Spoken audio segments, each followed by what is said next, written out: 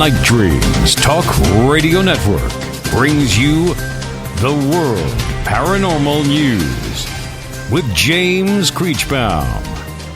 Now, the latest news. This is Night Dreams Talk Radio Network News, and I'm James Creechbaum. Well, police, they respond to a report of demonic sounds. Officers were called out to investigate a very strange incident in Pueblo, Colorado on February 13th. Now, the bizarre incident, which took place at around 3:30 a.m., saw employees at a local branch of a restaurant that starts with an M call the emergency services after being spooked by demonic sounds. According to the report, the sounds, which were described as being like a strange language combined with the unnerving barking, were coming from an unidentified screaming woman. The employees were so shaken by the incident that they refused to leave the building until morning. Remembering the ghost of the Alamo. Now, the Alamo is a site where 182 Americans were slain and 1,600 Mexican soldiers were wounded or killed and buried. After the fray, the Alamo defenders' remains were looted, dismembered, burned, thrown into the river, or buried in mass graves. The first experience with ghosts happened a few days after the last battle. A Mexican army contingent went to destroy the Alamo due to disease caused by the carnage. The men fled when they saw 6 spectral diablos, which stands for devils, guarding the fort, who screamed at them while waving flaming sabers. When General Andrade investigated the incident, he saw the diablos himself. Now, guests at a nearby hotel see bizarre specters emanating from the Alamo's walls. They report hearing screams, explosions, and faint trumpet notes. Davy Crockett's ghost, dressed in buckskins and a coonskin cap, stands at attention. Ghosts of a man with a toddler on the roof are seen during sunrise. 2 ghostly boys follow tour groups and vanish when the group searches the area and the rooms, and nothing there. Paranormal investigations have been banned at the Alamo. Here's a couple of reports of some Bigfoot sightings, and this is in the words of a witness. Several hundred feet in front of them, 2 large dark figures crossed the road. The one witness said that it looked like a large 8-foot, possibly female Bigfoot accompanied by a 5'6" juvenile. Both were across the road in about 3 or 4 paces. The coloring was black. They continued driving for a few more minutes when his wife, the driver, commented, "Did I just see what I thought I saw?" She had questioned her husband's earlier sightings. Now she had seen it for herself. There's another one. The same witness had another sighting before. And his earlier incident occurred near Mount Holly, Arkansas, in Union County.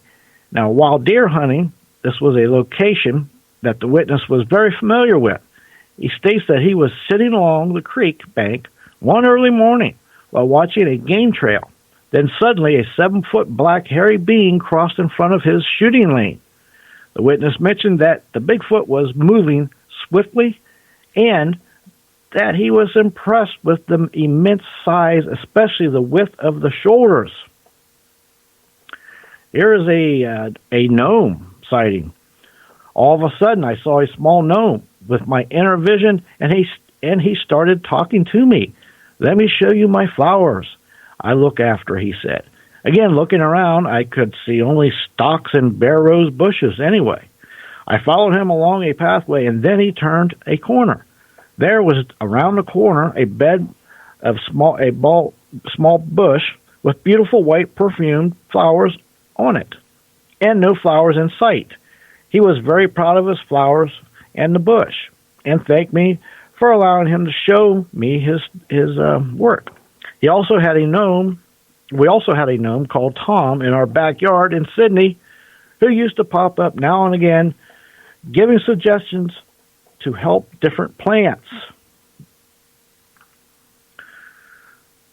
A articulated Neanderthal skeleton has been unearthed. Paleontologists have revealed the discovery of one of the most significant Neanderthal skeletons in a decade. Found within Iraq's Shandadar cave, the remains have been described as articulated, meaning that the bones are still arranged in their original position rather than being scattered all around. To have primary evidence of such quality from this famous Neanderthal site will allow us to use modern technologies to explore everything from ancient DNA to long-held questions about Neanderthal ways of death and whether they were similar to our own. Next news break, top of the hour.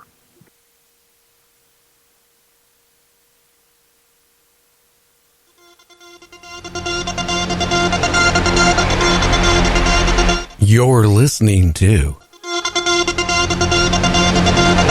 Night Dreams Talk Radio. From coast to coast, worldwide. Good evening, good morning, depending on your time zone. Our guest tonight, Patrick Cross. Talking UFOs, aliens, abductions, ghosts, spirits, ghost hunting. Get yourself a nice something hot to drink. Pull that easy chair up next to your warm fireplace. And get ready to go for a real ride in the paranormal. And we are back. And I think we're going to get Patrick on right now, James. What do you think?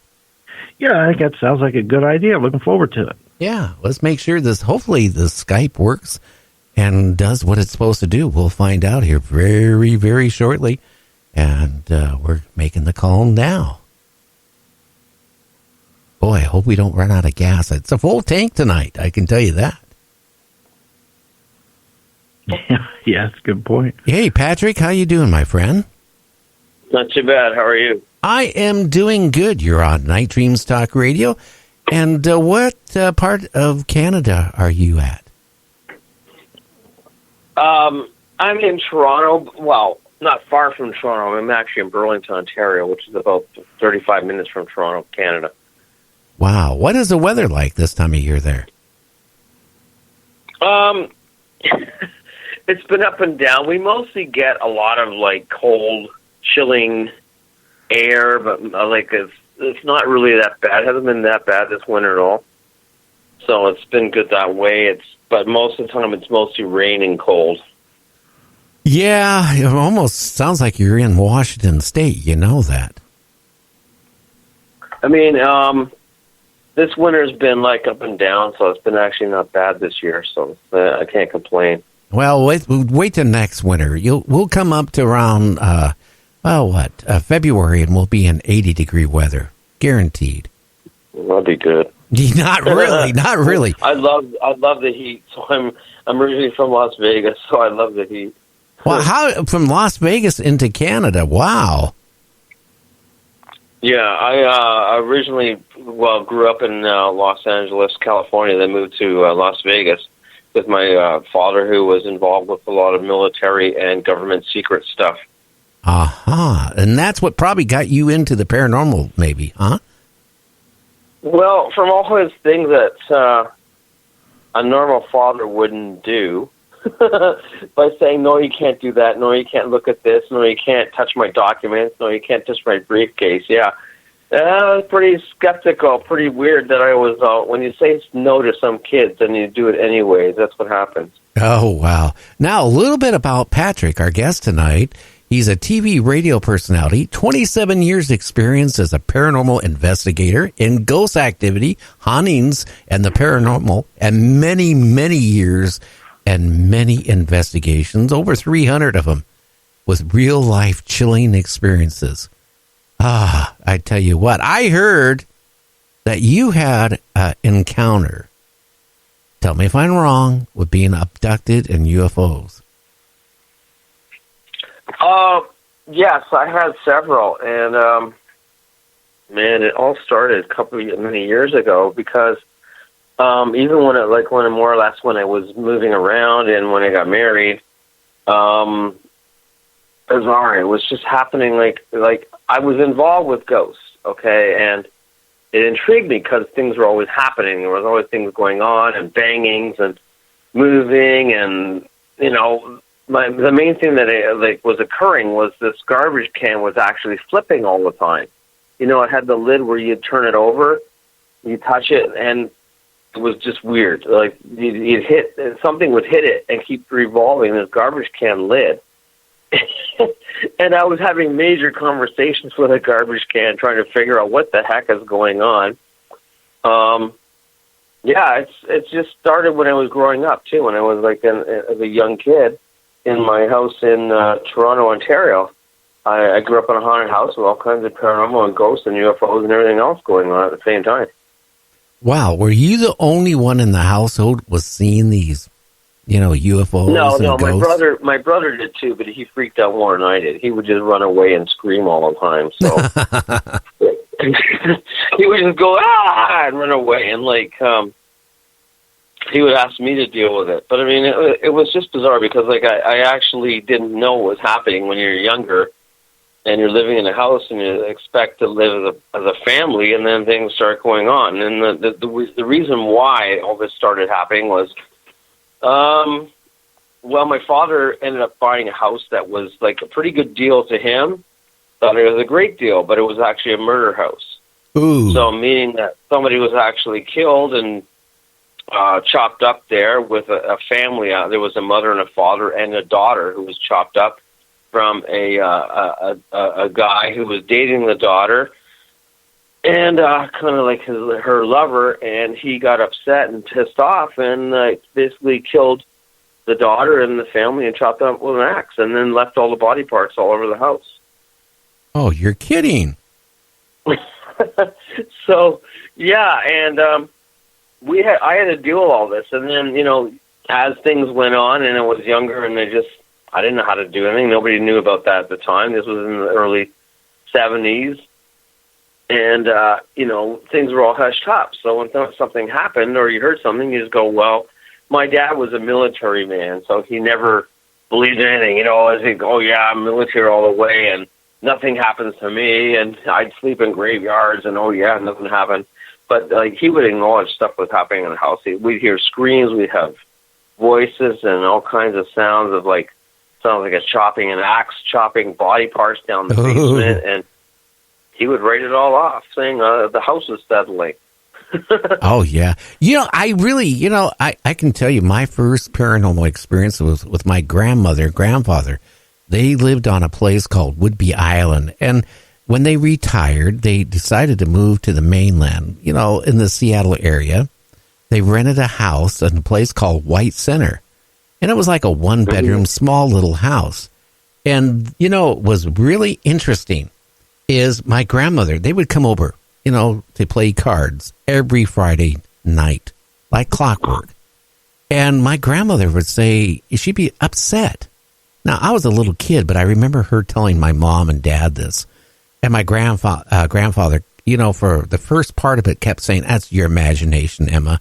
Just your imagination running quiet, running away with you. Things she said was moving around in the kitchen. She would put the dishes in one cupboard, the cups in another cupboard, and she swore up and down she would go the next day and the dishes were where the cups were where the dishes were. Things would move around on the counters. A lot of strange things went on, and then it kept progressing. And things started, they would, one day it would smell like somebody died in it. And they could hardly, they would buy whatever, trying to get rid of the smell. And then the next day